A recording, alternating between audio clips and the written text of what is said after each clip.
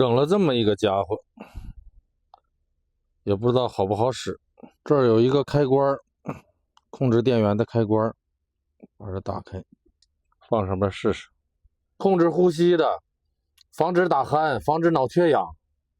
我在家睡觉的时候得带呼吸机，在亚马逊的时候熬夜的时候呢没有呼吸机，睡几个小时觉那头又晕又疼还发沉。